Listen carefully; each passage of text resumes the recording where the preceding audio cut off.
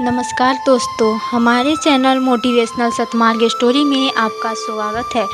आज हम आपको कथाओं के द्वारा बताएंगे कि संगीत से कैसे ईश्वर की प्राप्ति की जाती है। हमारी यह कथा लिंग पुराण से ली गई है।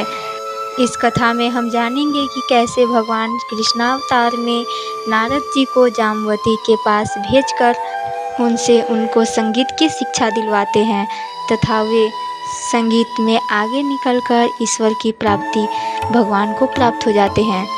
तो चलिए अब हम कथा शुरू करते हैं। त्रेता युग में कौशिक नाम के एक ब्राह्मण थे। भगवान में उनका अत्यधिक अनुराग था।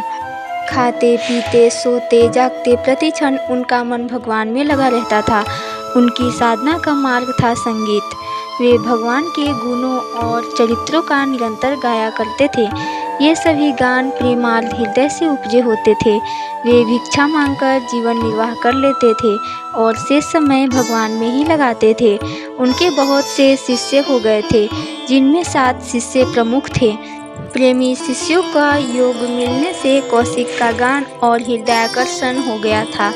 भक्त पद्माक्ष ने उनके और उनके शिष्यों के भोजन का भार अपने ऊपर ले लिया था। कौशिक के शिष्यों में एक दंपति भी थे। उनमें पति का नाम था मालव और पत्नी का नाम मालवी। भगवान को दीपकों की माला से सजाता रहता था और उनकी पत्नी मालवी मंदिर को झाड़ पोंछ कर सदा चमकाए रहती थी। दोनों पति पत्नी कौशिक के गान को सुनते और आनंद में निरंतर विभोर रहते थे। कौशिक के दिव्य ज्ञान की चर्चा चारों ओर हो रही थी। कुशस्थली से आकर 50 ब्राह्मण इनकी संगीत साधना में सम्मिलित हो गए थे। राजा कलिंग ने भी यह चर्चा सुनी तो वह भी कौशिक के पास पहुँचे। वह अहंकारी थे। उसने कौशिक से कहा, तुम बहुत अच्छा गाते हो, आज मेरी कीर्ति का गान करो, जिससे ये कुशस्थली के वासी उसे मनोयोग से सुने।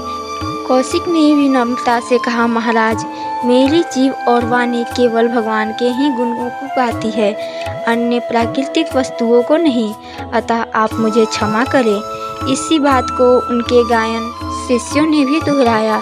श्रोताओं ने भी नम्रता से कहा कि हमारा भी यही नियम है, हम अपने कानों से केवल भगवान के गुणों और यश को सुने, अतः आप हमें भी क्षमा करें। यह सुनते ही राजा क्रोध से जल उठा।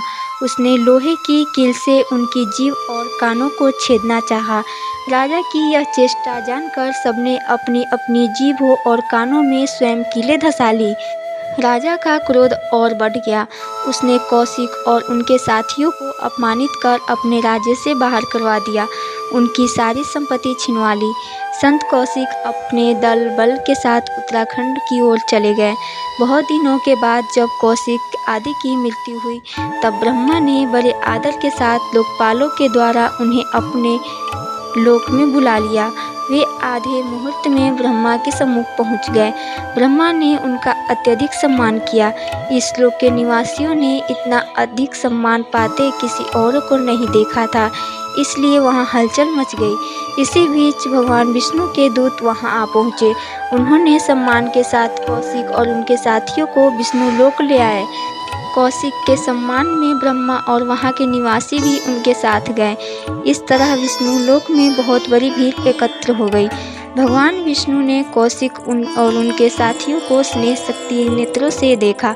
उस समय जय घोष से सारा वातावरण गूंज उठा। भगवान विष्णु ने ब्रह्मा जी को आदेश दिया कि वे कौशिक और उनके शिष्यों को मेरे समीप में ही स्थान दे।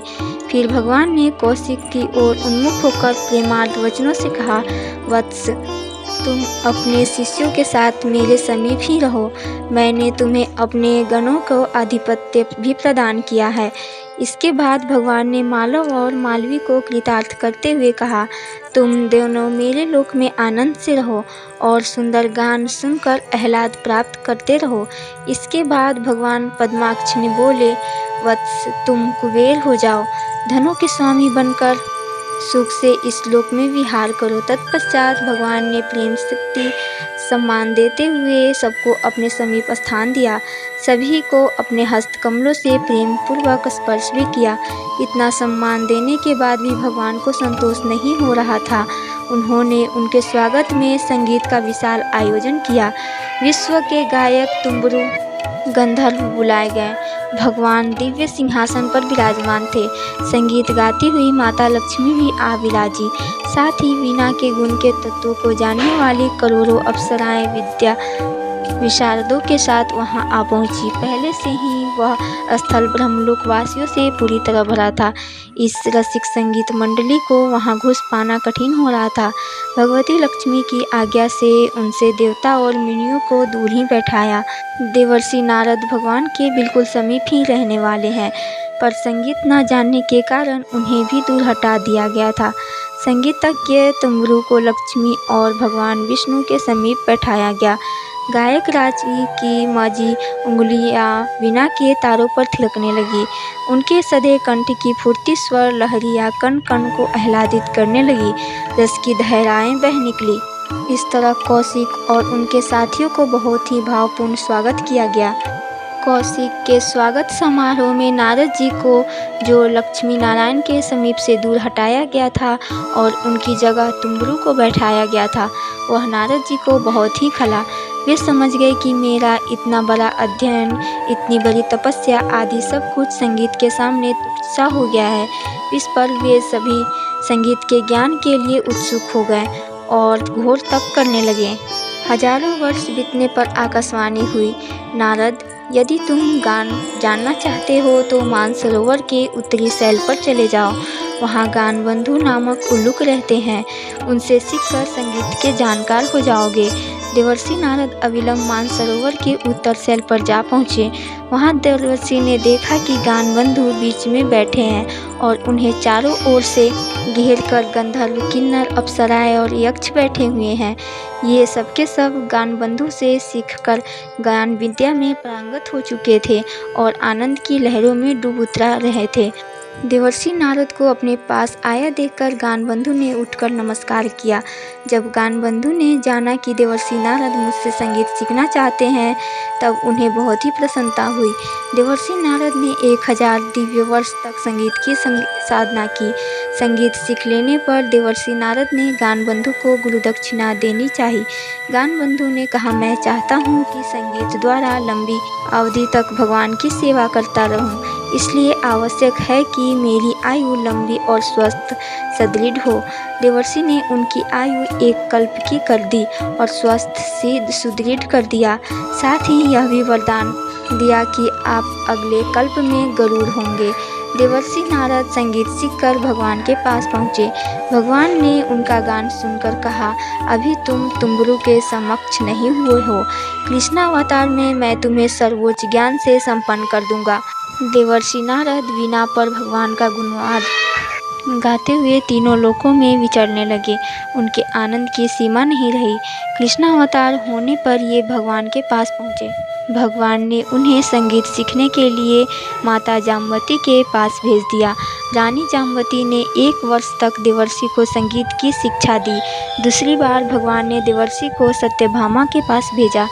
1 वर्ष बीतने के बाद देवर्षि को महारानी रुक्मणी के अनुशासन में रखा।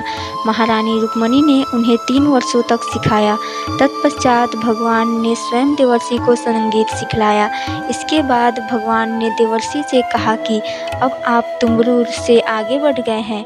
इस तरह बहुत दिनों के बाद देवर्षि नारद की संगीत साधना पूरी हुई।